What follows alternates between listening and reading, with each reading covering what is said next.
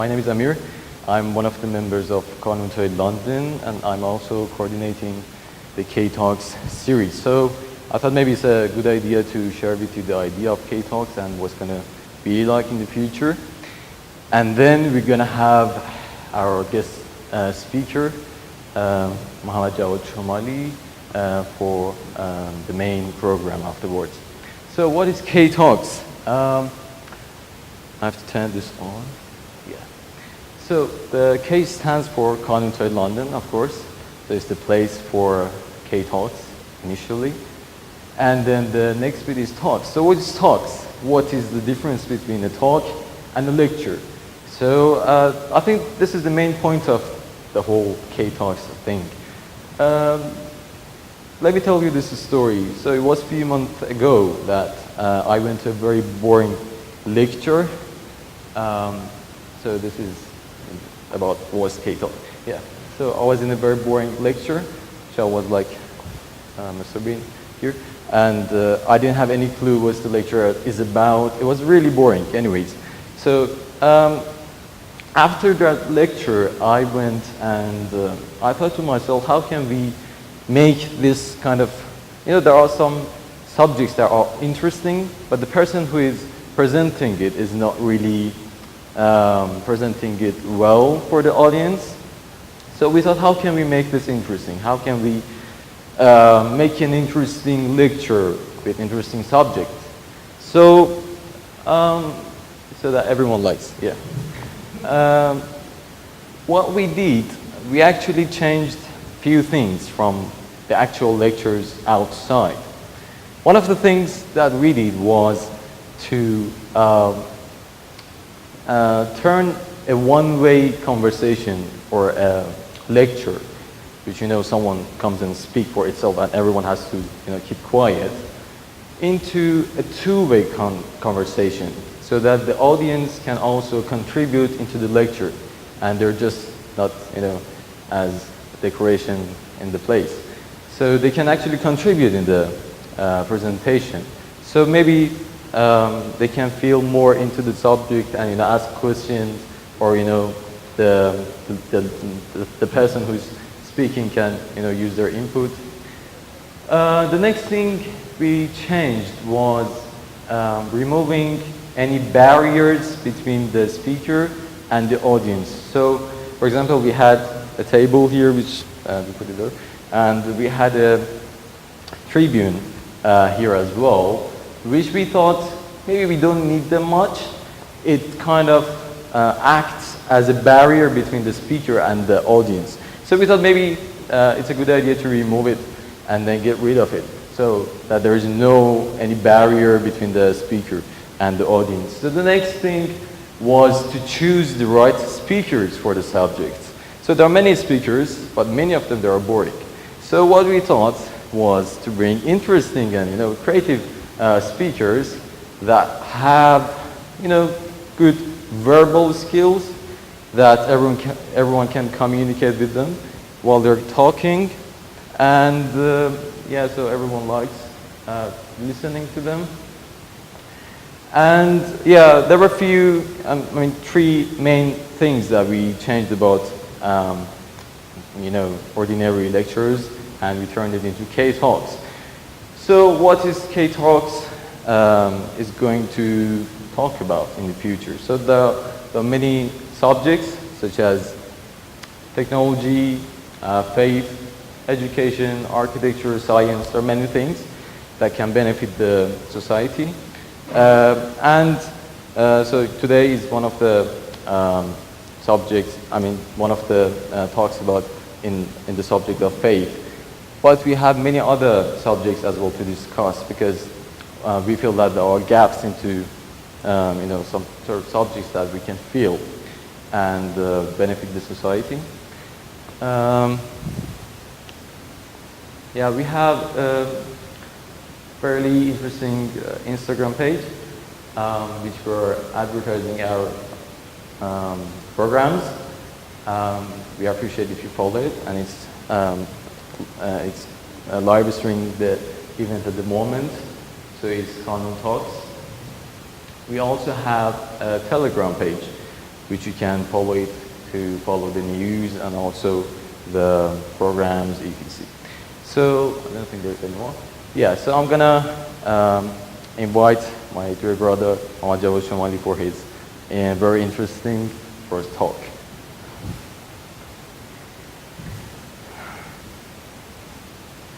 Okay, Bismillah ar-Rahman ar-Rahim. Assalamu alaikum. Thank you so much, everyone, for coming, taking the time out of probably your busy schedules to be here on a Saturday evening. As our brother said, this is the first of a series, and a lot of effort and thought has gone into creating this platform, which we're hoping would be the first of a lot of more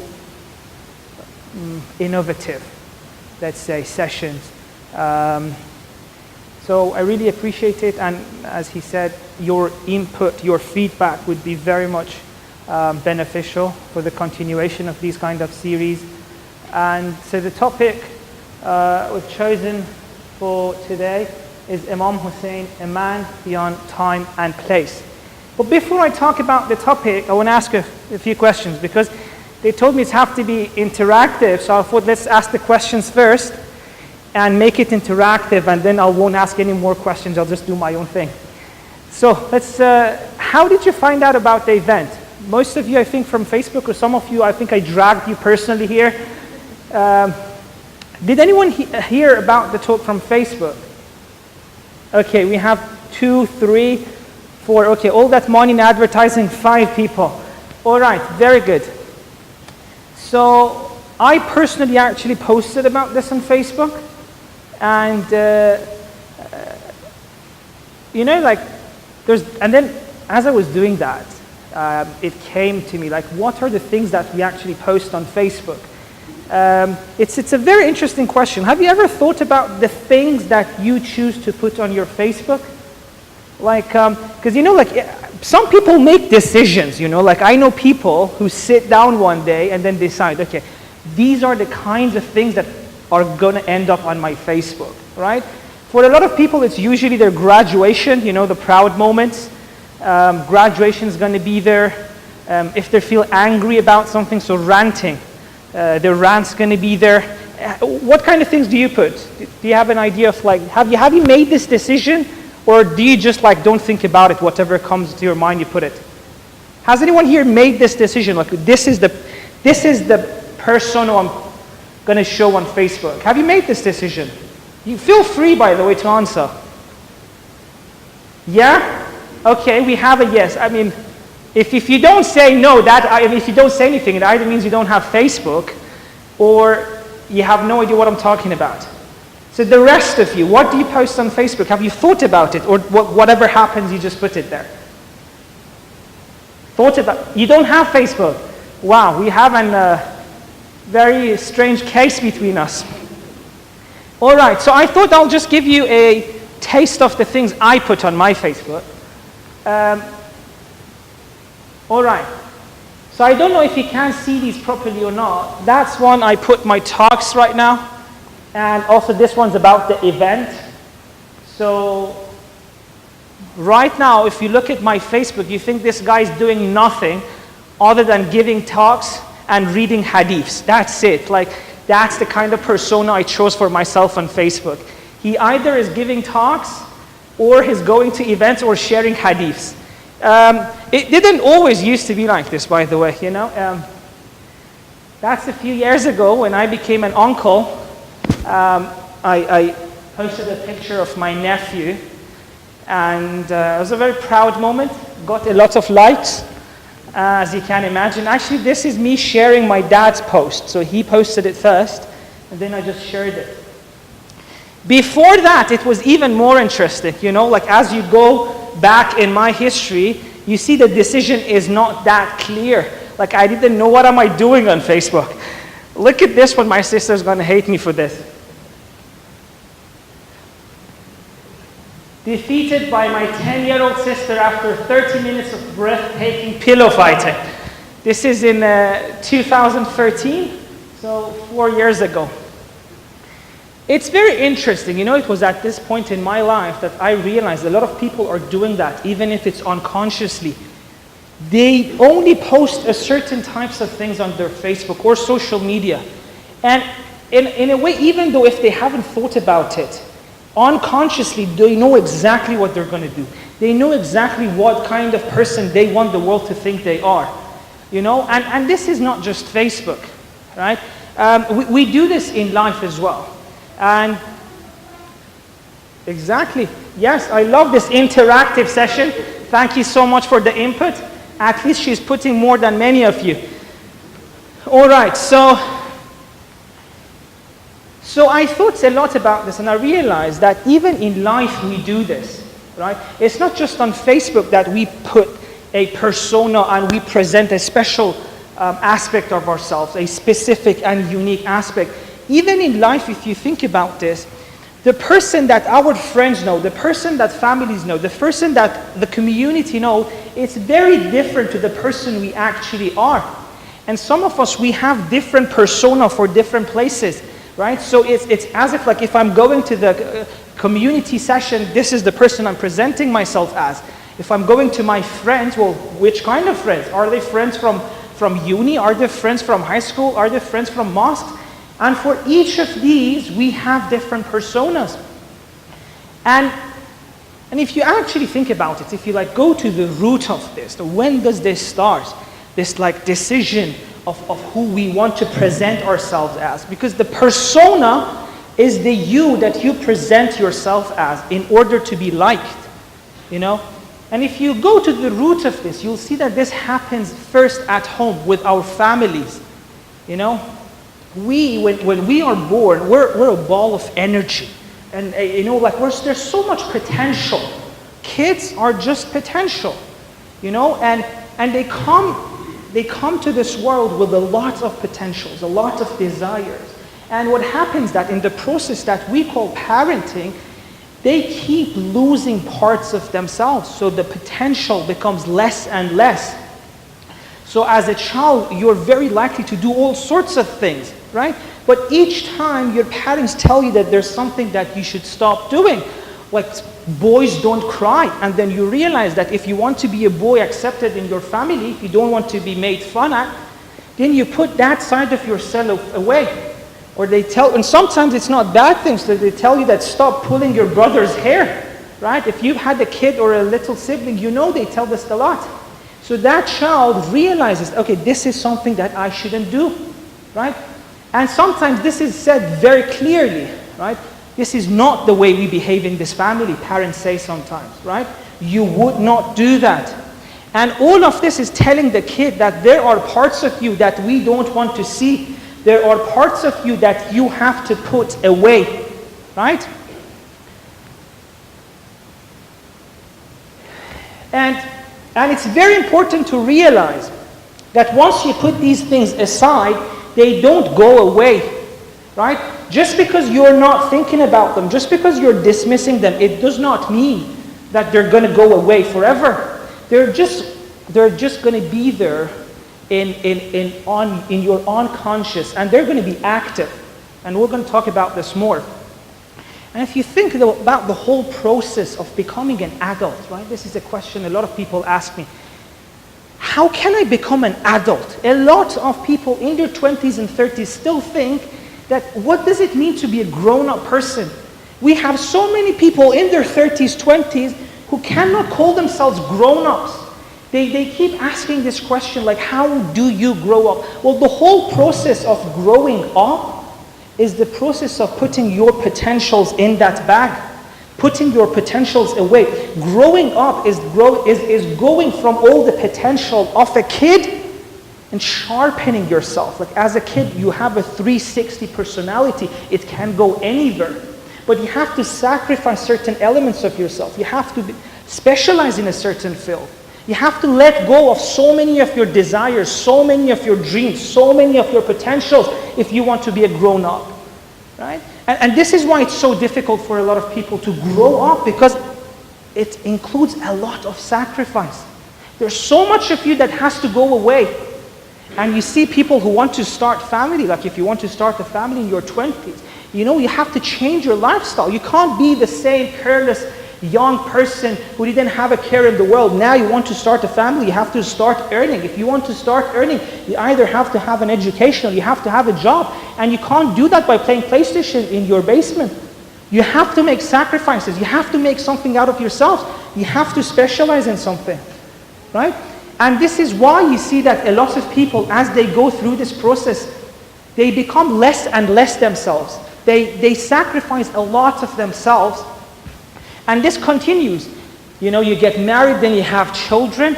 And again, with children comes a lot of sacrifices you have to make. You can't spend your time the way you want it. Now you have to care for the need of the child as well. So again, a lot of yourself, a lot of your desires go into that bag in which you hide yourself. And this is why a lot of people in their 40s, they face this midlife crisis. What is the midlife crisis? The midlife crisis is all those things that you put away all these years catching up with you finally. Right? All the things you sacrificed at some point, all the things they told you not to do, they come back, they catch up with you. And that's why the guy suddenly feels like, what's happening? What have I wasted my life for if they haven't thought it through? And this is why a lot of people, for some people, they just become depressed. They keep it inside. But a lot of people, this is exactly a lot of people that a lot of divorces happen after midlife crisis. The person looks at his past and sees, I sacrificed my life for the children and the wife, or the woman would look at her husband. See, I sacrificed parts of myself for you. I don't like the person I've become. So a lot of divorces happen here because they look at the other person as the reason that they have not fulfilled a lot of their potential. And sometimes what happens is that these shadows, so the aspects of yourself that you didn't pay attention to and you've dismissed them, sometimes we actually inherit them from our parents. So you may have seen this in your relatives or among your friends, that parents who force their kid to do what they wanted to do. Right? I even know people who buy toys for their children that they couldn't have as kids. Right? Things that they couldn't become, careers they couldn't have, jobs they wish they had, hobbies they wish they had. Now they force it onto the children. That's the shadow coming back. But now instead of facing it, they give it to their kids. So the shadow is inherited to the next generation. And then they get offended. I've seen this myself. They want to force the guy to do the hobby they wanted to do but never did. And of course, that child may not have the same interest, so he may not appreciate it. And then they feel offended. I'm giving you this amazing gift, and you don't want it. What they don't realize is that that was your shadow. That's something you wanted, not the kid. So this is why all of us, we all have these unattended parts of ourselves that we've put in this bag that we call shadow. If there's bad things that we've suppressed, if there are things that they told us not to do, and this doesn't mean that parents are bad people, right? They do that sometimes for our own good, right? And probably we are going to do the same to our kids. A lot of the things that we suppress are things that we shouldn't actually be doing. But what we have to realize is that suppressing it alone does not solve the problem. It's just going to remain there, right? So a lot of us have this side to us. Now another thing which is very important is to realize that shadow is not always bad. If you're a person who neglected your good characters, the good side of your personality, the good things are going to end up in the shadow. And you would see this, that the person who goes towards the end, to the extreme of bad things, the shadow is purely good for them because they have neglected the good sides of themselves. And you see, this is why a lot of people, when they hit rock bottom, when they're at their worst, suddenly they have a 180-degree change. Because that's the time that they're good shadows, because they had neglected the good side. So the good side of them catches up with them. So the shadow could be good and bad. It depends on what you're suppressing, what you're repressing, what you're putting away, what you're turning your back into. So, all right. Now this is a very important thing that I want to talk to you about.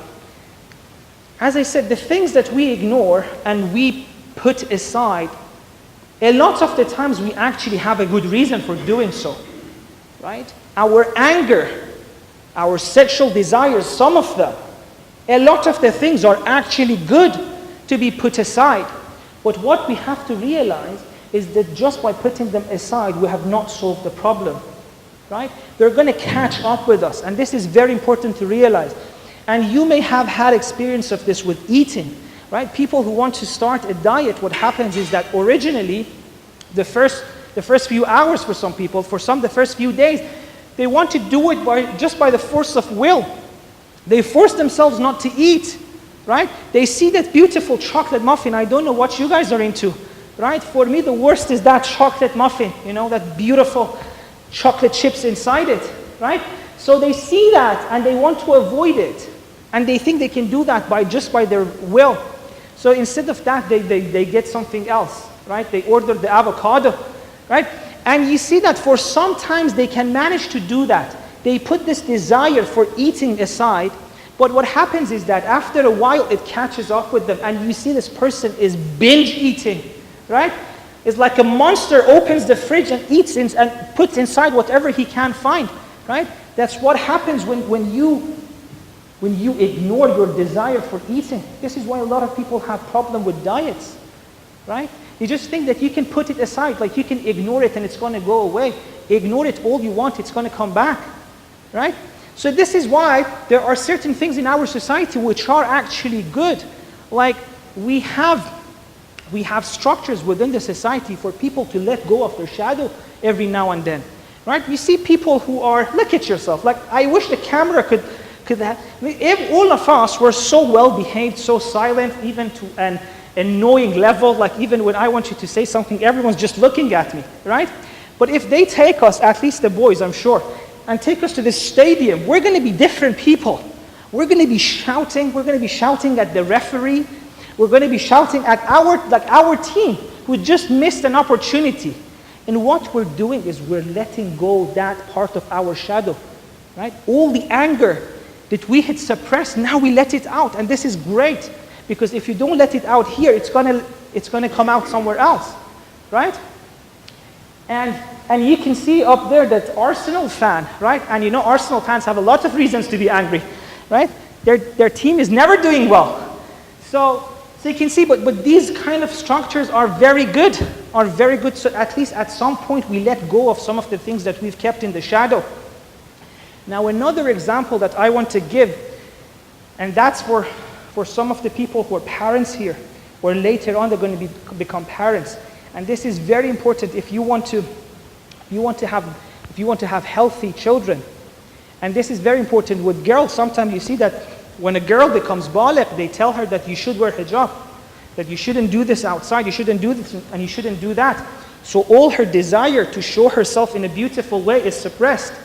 But sometimes you see that at home, at least she wants to wear makeup, right? At least somewhere she wants to let this out. And the father or the mother, they don't allow it. They become angry. Like, what are you doing?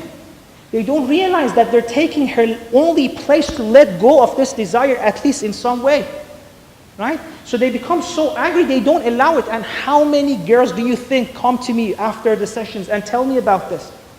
That their parents don't let them even wear makeup at home. And when you do that, you think you're doing well, where you're just getting the only opportunity that kid has to let this out. And you think, what's going to be the consequence of that? Well, wait 5 years and see, right? So this is very important. This is very important. And also humors and pranks. This is also another way for us to put our evil side out. Like pranks, that's the whole purpose of it, right? But by the way, what's your favorite prank among these three? The first one on the left is just pulling a chair, the classic. I think that's in our fitra to do that. Because I don't remember being taught to do that. It just came to me one day. It must be fitri. The lower one is the guy is taking Oreos, and I'm explaining this because the quality may not be that clear. The second one in the bottom, it's the guy's taking Oreos, but filling them with toothpaste, right? And then my favorite is the one on top on the right, towards the right. I love that one. He's put a sticker on the towel thingy, on the tissue machine, and it says voice activated. The sticker is fake. So imagine all the people going after the toilet, they want to get a tissue, and they're like, toilet paper, please. And nothing's going to happen because the sticker is fake. That's my favorite, because some thought has gone into that. That's not fitri. That's acquired. Now you might say, what's the point of talking about pranks now? By the way, has any of you like here done pranks on their siblings or friends?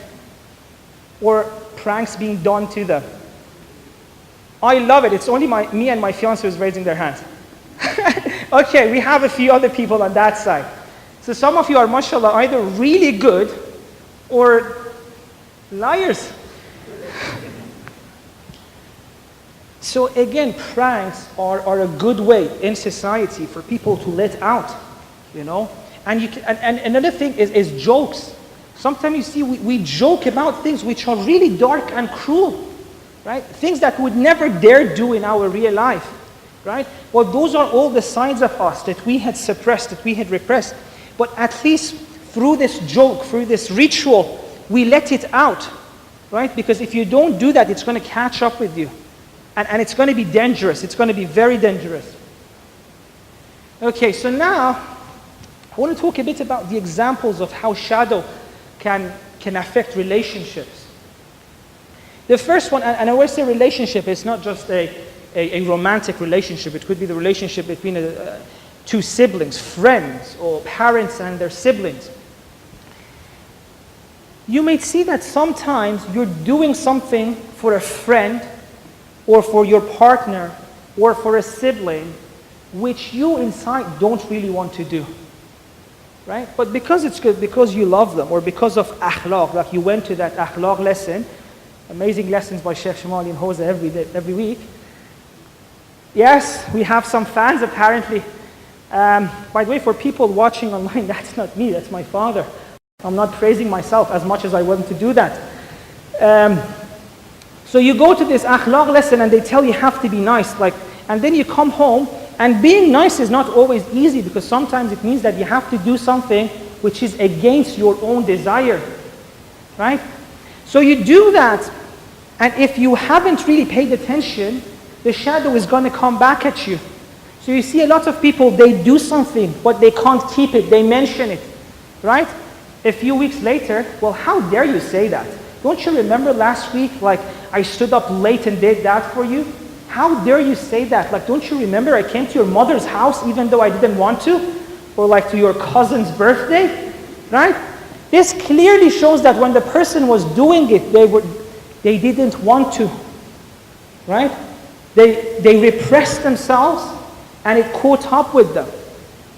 Now, a lot of the way that shadow affects relationship, and this is very important, it was just a few years ago, there was this study of which couples stay together the longest, right? What is and they did this study of thousands of couples. Maybe hundreds, probably I'm exaggerating, thousands would be really difficult. So probably hundreds of couples. And they realized the key factor that was the common between all of them was that these people are not the couples who would go out of their way to do something for their partner all the time. And you might think, what? We thought compromise and sacrifice is good for a relationship. Well, it turns out if you always do that, it's not good. If you always go out of your way for that person, in the long time, it's going to turn into resentment. Because a lot of times you see that you don't want to do that, but you're doing it anyway, because this is the kind of person you are. You're nice or you're agreeable. So you keep suppressing yourself to make the other one happy, and after 30 years, 40 years, it catches up. It turns into resentment, right? And when it turns into resentment, there's no going back. Love becomes hate. And in one day, a relationship can end. But those who every now and then they bring it up, they have arguments. They let the shadow out every now and then they don't allow it to gather up, build up. They stay longer.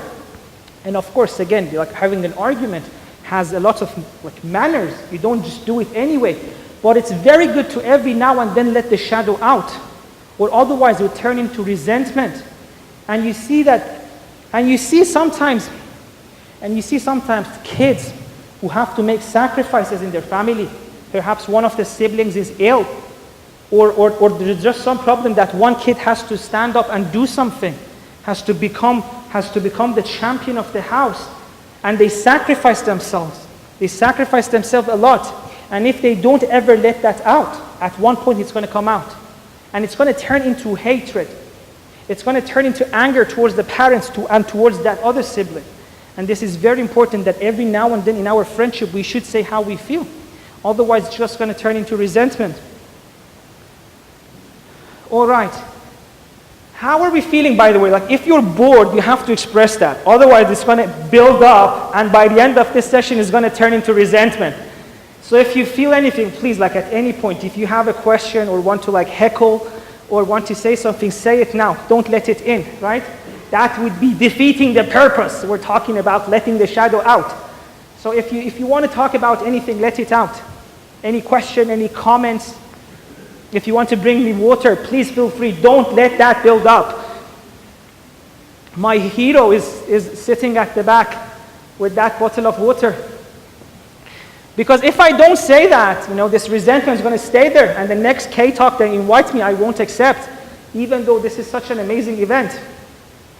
Okay, now you may be thinking, okay, so there's this side to me, like I'm suppressing all of these parts of myself, and you're telling me they're all being kept in the shadow.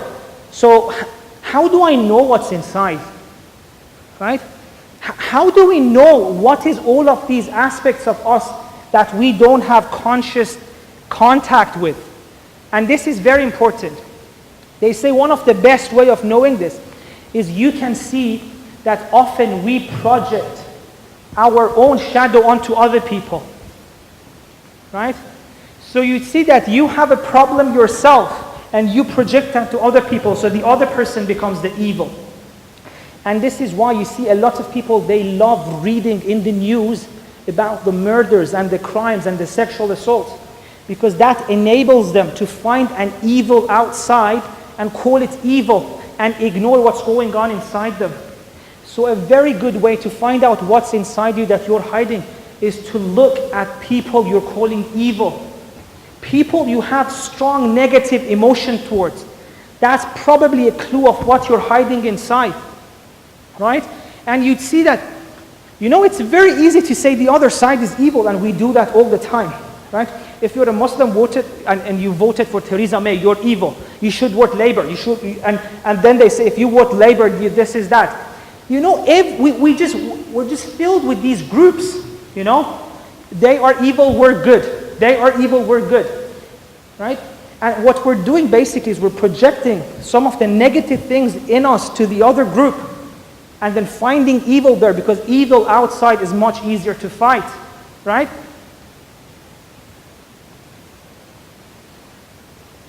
And this has happened a lot of the time in history, right? For example, if you look at the 20th century, one of the worst tragedies that happened was that this person had insecurities within, and then he projected that on a group of people. And those people became a symbol of his insecurities. And he realized the only way to get rid of this insecurity, is to start killing all of them. This is not a simple matter, Sometimes it can have very serious consequences. Another example that I want to talk to you about, I'll explain what this is that you see when a person makes mistake, or when a person expresses himself or herself, those people who are the first to jump, to judge, are usually dealing with the same problem. Let me explain. This Google News page is about Mike Pence, right? The Vice President of the United States of America. Now, on one occasion, he said that I am not going to have dinner with women alone. If my wife is not there, I'm not going to have dinner. Because this is my commitment to my wife, and I don't know what's going to happen. Now, as soon as he said that, and again, I'm not making a judgment if this is a good thing or a bad thing, but this is what he said. And as soon as he said that, people started making fun. Like for a week, you opened any talk show, any American talk show, they were making fun of him. But one particular case was very interesting. There was this comedian who started making fun of this. So what? Like you can't trust yourself around women? So you think if you have dinner with women, like you're going to sexualize the encounter? How weak are you? What the hell is going on? Now, just a few weeks back, news came out of the sexual allegations of the same comedian. And those date back to before the time he was making fun of this vice president. And again, I'm not taking the side of any of them. I'm just saying what happened in this story, right? So if you look at the things that he is being accused of, is much worse. He had used his power to assault sexually a lot of women who worked with him. Now you might be thinking, well, if you know that this is the person you are, then why is it that you're going to make fun of this person who says, I cannot have dinner with women unless my wife is there? And the answer is because he himself is not happy with the way he is. And he actually admitted that. He's disgusted of the way he behaves, right? There's parts of him that he doesn't like. He doesn't want to be the way he is. He doesn't want to use his power to assault women. But he cannot fight that inside. So what does he do? He projects this onto someone else and fights it there. He ignores that this is inside it. He does not want to accept that some men need help. Otherwise, they're going to sexualize any encounter. He doesn't want to accept this version of reality. So what does he do? He fights it outside. He doesn't work within. So as soon as someone comes and says, this is who I am, I'm accepting it, I cannot have dinner alone, he starts fighting him, makes fun of him. Right? So this is what we mean by projection. We project the part of us which is evil onto others and we fight it there because it's always easier to fight something outside. This is why you always see that it's us versus them, good versus evil, right? And you see this even in religious communities. They hear after the story of Ashura that now you have to stand on the side of good. And they immediately assume, okay, we're the good, who's the evil, right? We always take it for granted that we're on the good side. Now show me one evil I want to fight. And this is, I think, very beautiful point, right? This author, Alexander Solzhenitsyn, he's the author of the Gulag Archipelago. He's the one who wrote about the forced labor camps in the Soviet Union, a very interesting guy. Now he said this line which is beautiful. He says, the line separating good and evil passes not through states, nor between political parties either, but right through every human heart. The battle between good and evil takes place within us.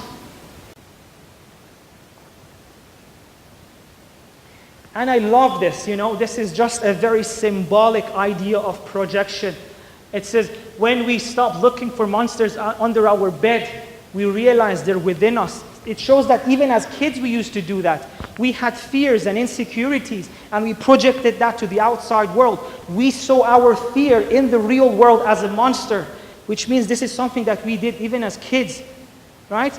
And God knows how many hadiths we have about this. When Imam Ali says, good for the one whose own mistakes stop him from looking at the mistakes of others, he's talking about this and probably some other things because he's smarter than me. But at least he's tackling this as well. It is good for the one whose own mistakes stop him from looking at the mistakes of others. And this is very important.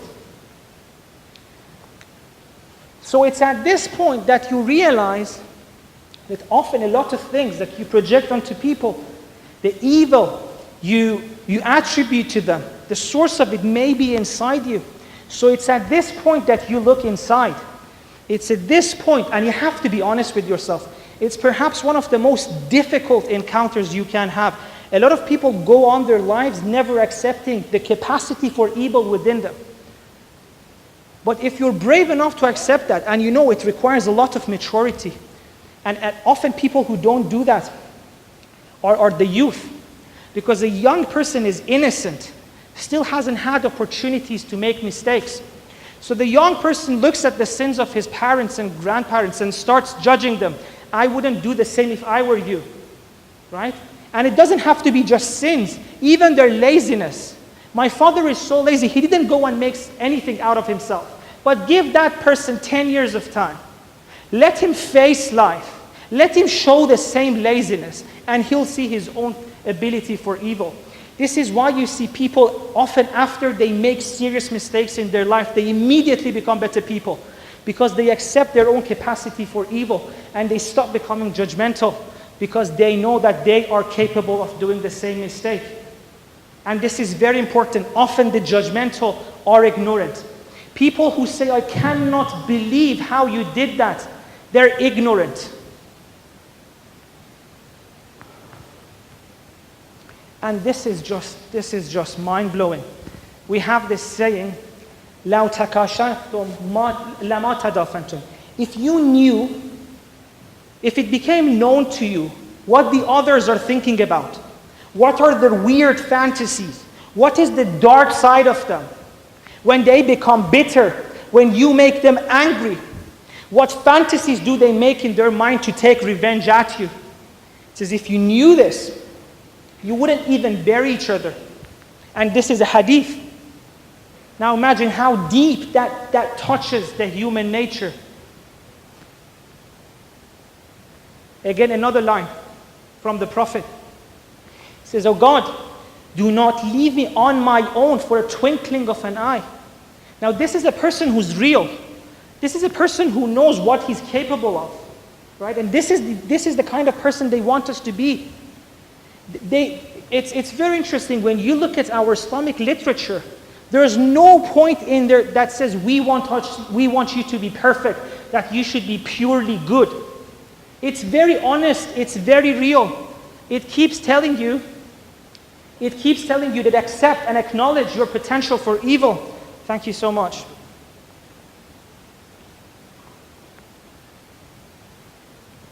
A good community isn't one where there is a feeling that everyone can one day be pure. And this is often what we're striving for. We want to become perfect. We want to be completely pure. And then as soon as that desire comes into our mind, our whole dream shatters. Because if you want to be perfect and pure, then even no desire should come, no temptation should come. So when you aim for being pure, you're aiming for disappointment, right? So it says, but rather one with a sense of how close everyone is to being bad. It's only when you realize how much potential there is within you to be bad, how close you are to make the same mistakes you're accusing others of. It's then that the community becomes well. Is it possible to play the video now?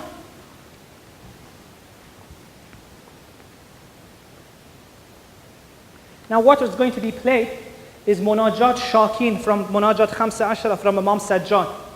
The whispered prayers, number 2. The whispered prayers of the one who completes. Bismillahirrahmanirrahim. إليك نفسا بسمارا وإلى الخطي قادرا معاصيك وتعرضا تسلك بالمهالك وتجعل أهونها إلى لي الأمان مسها الشاع وخير تمنى ميالة ولا ملوة بالسارع بلا وتب التوبة. إلهي كعدوي وشيريني ملأ بالوسري هواجسه الهوى ويزين الدنيا بيني وبين والزلفى. إلهي أشكو قلبا متقلب وبالرأي متلبسا وعينا عائم خومدا ما يسرها. لا قوة إتك جات لي من دنيا إلا ببلائك ومشيتك. لا تجعلني بك متر ولا للفتن وكل دائنا وعلى المعيوب سات ومن الواقيات المعاصي برأفة ورحمة يا الرحيم.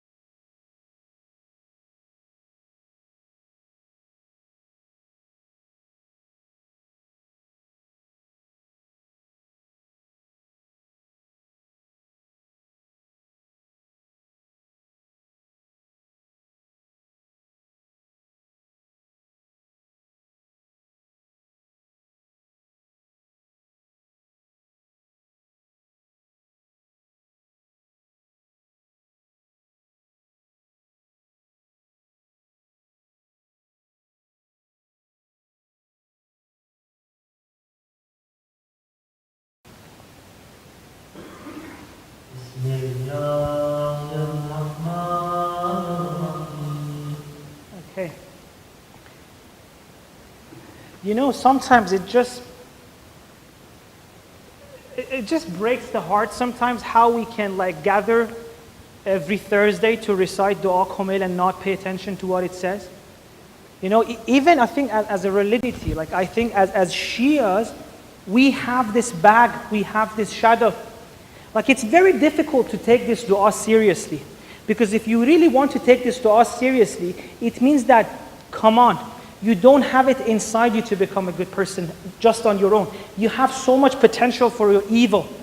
This is a very honest dua. Very honest, very real. But what do? Do we want to face it? Do you want to acknowledge what it says? No. Bring a person who recites it well, let us all cry and move on. The message goes in the shadow. And we gather every Thursday. We recite Dua Kamil. What's happened? Nothing. In it, it says, well, you are the person who hides my mistakes. You are the person who forgives my mistakes. And that's a difficult thing to do. But you should do the same thing in your life. But do we do that? No. The message in the shadow. We move on. Right? The way we're treating the du'as, the imams, is just we're basically ignoring them. I think this 2 minutes of munajat shaqeen is enough for a person to have years to work with. But we just recite it because the message is tough to deal with. So it goes in the shadow. Ignore it.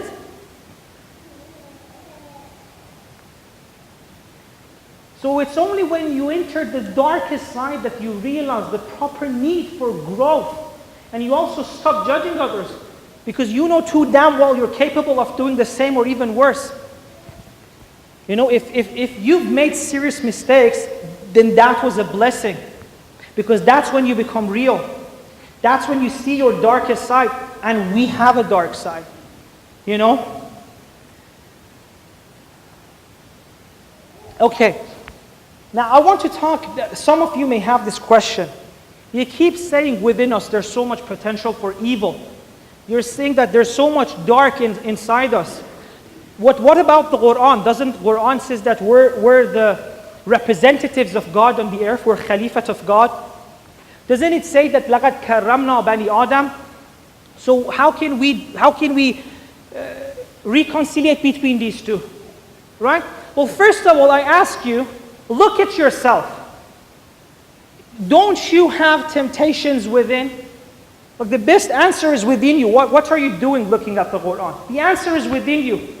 Look, do you think that every thought that comes into your head is all pure and good? And secondly, well, in the same way, that Quran is filled with this. Yes, on one verse it says, and we chose man as the representative of God. We made man Khalifa of God. Or in the other verse it says, وَلَقَدْ كَرَّمْنَا بَنِي آدَمَ وَصَوَّرَكُمْ فَأَحْسَنَ صُوَرَكُمْ. Yes, it says all of this. But look what it also says. أُولَٰئِكَ كَالْأَنْعَامِ بَلْ هُمْ أَذَلٌ. Or the other one. ثُمَّ رَدَدْنَاهُ أَسْفَلَ سَافِلِينَ. Then we relegated him to the lowest of low. Quran never tells us we're good. If you look at the Quran properly, it tells you you are in the middle. You can become the Khalifa of God, or you can be lower than animals. And of course, there's nothing wrong with animals, but for you with all that potential to act like an animal, that's bad. Not that there's anything wrong with animals, right? You cannot point anywhere in the Quran that it tells you that you are purely evil. Human nature is a mixture of good and bad. And this is something Quran very, very easily accepts. What? إِنَّا خَلَقْنَا الْإِنسَانَ مِن نُطْفَةٍ أَمْشَاجٍ. A lot of our scholars explain this by saying that Quran accepts that within us there's a bad side and a good side. There's a dark side and a bright side. There's potential for good and evil, and this is within all of us. And it's only after we accept this that there's room for growth. Now, some of you here may not still accept this, right? How am I capable of doing like horrible things? So it's very good that we have this story. Shahid Mutahari mentions this story in one of his books. It's about one of the greatest Shia scholars. He says, I came across this line that Imam Hussain says that I know of no group which are more loyal than my companions. And he said, I looked at this line and I found it a bit exaggerated. So even if I were there, I would have defended you, Ya Imam. I would have done the same thing that they do. And some of you may know what happens next, right? That night he dreams. So he dreams he's in Karbala. And the time of prayer comes. And you know, when they were praying on the Dhuhr of Ashura, there were some companions who stood protecting the people who were praying. So basically they turned themselves into a human shield to stop the arrows from hitting the Imam. And we have the stories of how they behaved. And they stood, their arrows came, they didn't move. They take everything and they didn't allow even one arrow to hit the Imam. So he says, in my dream, I saw myself there. I saw myself as one of the people protecting the Imam. And he said the first arrow came and I moved. He says the first arrow came and I moved. And it hit the Imam. And I said, what did I do? He said, what did I do? He felt terrible. So he said, the second time that it's going to come, I'm going to stop it. The second one came and then he moved again for 3 times. And he wakes up miserable. He wakes up, but at least he's learned a lesson. It's not easy to think what we would do then. We look at history in a way that we think if we were there, we would have done the same. We wouldn't. Or at least we don't know if we would. You know? Like some of you may ask yourselves, why is it that Ashura happened? Like, how long is this after the Prophet? Like, how can people become so evil that they kill the grandson of their Prophet who they dearly loved? And you know, on the both sides there were Muslims. On the both sides there were prayers. The way we like to see it is that we want to say, well, they were evil. I wouldn't do that. They were purely evil, as if they shared a different nature, you know? Because this is the easy way out. You want to say, I'm not capable of doing what they did. Okay, let's say you wouldn't be on the army of Shem. But would you stay among the 72 people? You know, there were people who didn't come. They loved Imam Hussain. This is the serious part. There were people who loved Imam Hussain, but they didn't join him. There were people who joined him, stood 10 days there, stayed for 10 days, and then on the last night, when Imam turned the lights off, they left. They left. And you may think, I'm not going to do that. Well, tell me, when was the last time you stood up for yourself? If you see that at work or at uni, they're taking what's yours and you can't even talk, you think you had the dare to stand in front of the army? Some of us, even at home, we can't express ourselves. We become bitter, we become resentful. How many times has it happened to some of us that we were somewhere, they were expressing themselves, or that was something that was truly ours, they took it from ours, and we didn't say a word because we didn't have it inside us. We didn't have the guts to do it. This is what I should have said. Well, this just shows that you don't have the guts to stand for something that is yours. Do you think that when they threatened you that they're going to kill your family, they're going to take your wife as captives, they're going to take your children as captives, you would have stood up suddenly for the truth and say, yes, here I am? That is not the way it works. You don't have to have a big shadow to contribute to evil. Every time you put one small thing in that shadow, you're contributing to the world to become a bad place.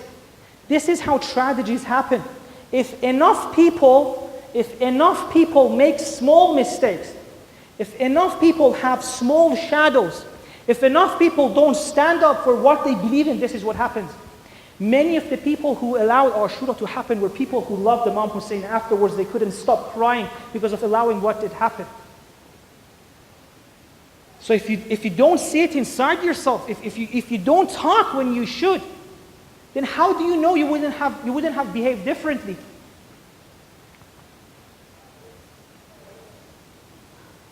Now, a very interesting story in Ashura is the case of Hur.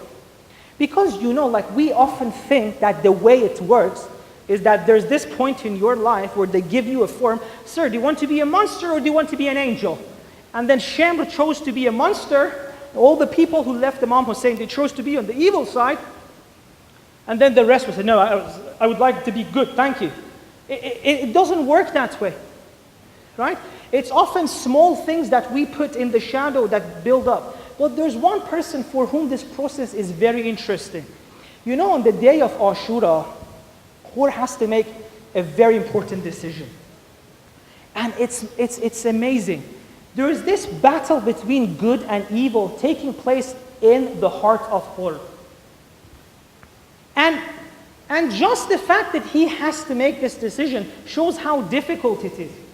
Like now, if you think about it, okay, you're on the day of Ashura, and they ask you, would you like to be on the side of Imam Hussain and would you like to be on the side of Shem? What would you say? All of us would say we'd like to be on the side of Imam Hussain. So what the hell is he doing? Why is it so difficult for him? Why is he shaking?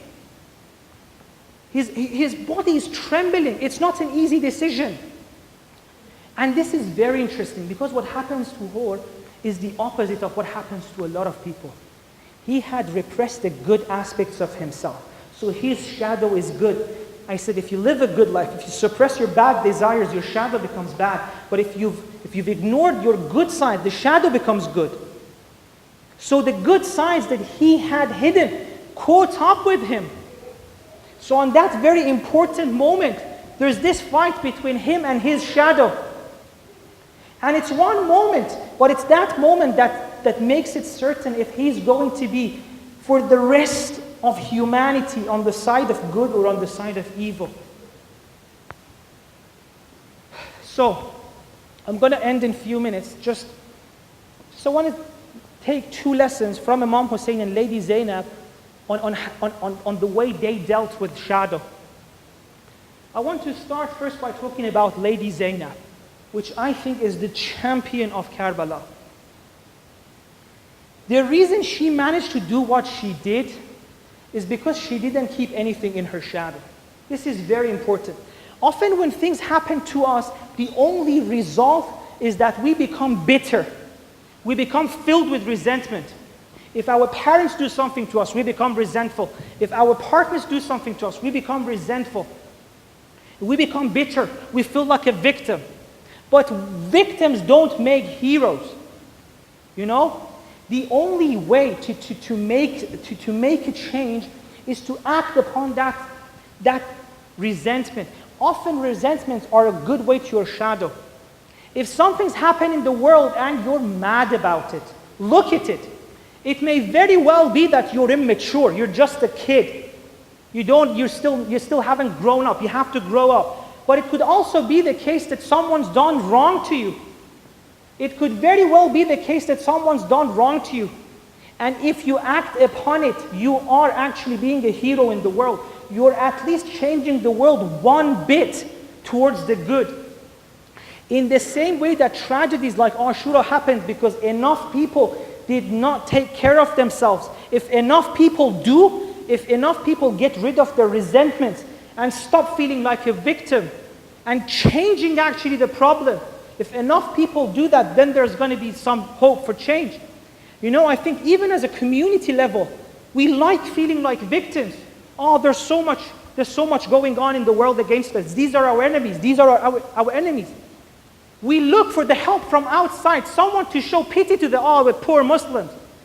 Right? As long as we feel this, as long as we feel resentful towards others, nothing's going to change. Victims don't change anything. Look at Lady Zainab. When they ask her, so this is what your God did to you, does she feel like a victim or does she say, I didn't see anything but beauty? This is the person who knows how to deal with herself. This is the person who doesn't allow to stay a victim, who takes the tragedy and turns it into a victory. And you can only do that if you don't feel resentful. And this is very important because each one of us can do that, at least in very small ways. Each one of us, at least in one small way, we can change the world. We can turn it into a better place. And don't think your role is not important. You know, I heard this somewhere and it was amazing. They say roughly every person nowadays is in touch with 1,000 people. And if you look at your Facebook friends, that's, I think, a good number. You have 500, 600 friends on Facebook, or maybe 2,000. So roughly, they say on average, every person comes into touch with 1,000 people. And then all of those 1,000 people, if they're in touch with 1,000 people, so with one person in the middle, you can have impact on 1 million people in your life. And that's if you even don't become an important person. Our role in the world is very important. It's not big things, like you can smoke from very simple things. If you want to get rid of your shadow, pick one thing tonight in your life which needs fixing and fix it. Very small things, just fix one thing in your life. Fix one thing in your life and you're contributing to the world become a better place. And stop doing that. Okay, don't do that. And don't do that. And the next time that a tragedy comes, it's obvious which side you would be on. Many people who left Imam Hussain on that night loved him, loved Lady Zainab. So it's very important. If you don't do your work, don't expect results. And it's very important. It's very simple. Take one thing in your life, one thing you don't like in your life, one thing about which you're resentful, and change that. And great things are going to start to happen. And the last person that I want to talk about is Imam Hussain. A man without shadow. I told you often the shadow comes out at some point, right? When you put something in shadow, you didn't eliminate it. You just put it out of your awareness. So it's there. All you've done is that you removed supervision from it. It's going to be there. It's going to act, and it's going to happen to you. And you see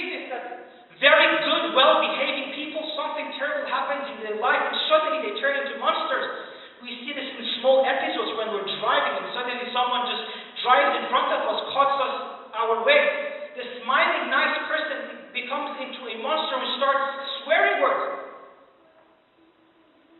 So every now and then this shadow just pops out. And all it takes is for us to be challenged.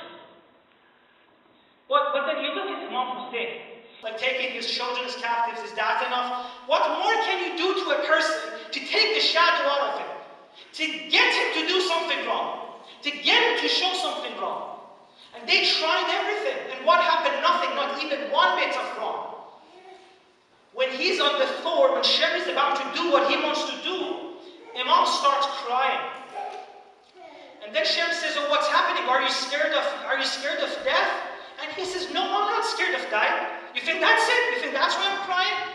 The reason I'm crying because I'm sorry for you. You had so much potential. Weren't you on the side of Muslims in all those years? What happened to you? I'm sad for one gift of life unused. Now, if a person can do this, what's going on? Why don't you have shadow? Right? I think this is why Ashura is so important. Don't allow them to tell you that the reason Ashura is so important because such tragedies didn't happen anywhere else. Well, if you think that, you're just ignorant. You haven't read books. I can give you 10 books of what happened just a century ago, much worse than what happened in Ashura. It's not that the tragedies are not repeated. It's the way they dealt with it. It's the way that this person was challenged in all sorts of ways and didn't show even one bit of bad. Now you may be asking what's happening here. What's the way?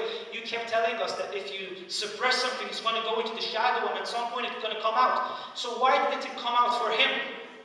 The reason is very important and very, I think, just shows how rich Islamic ethics is.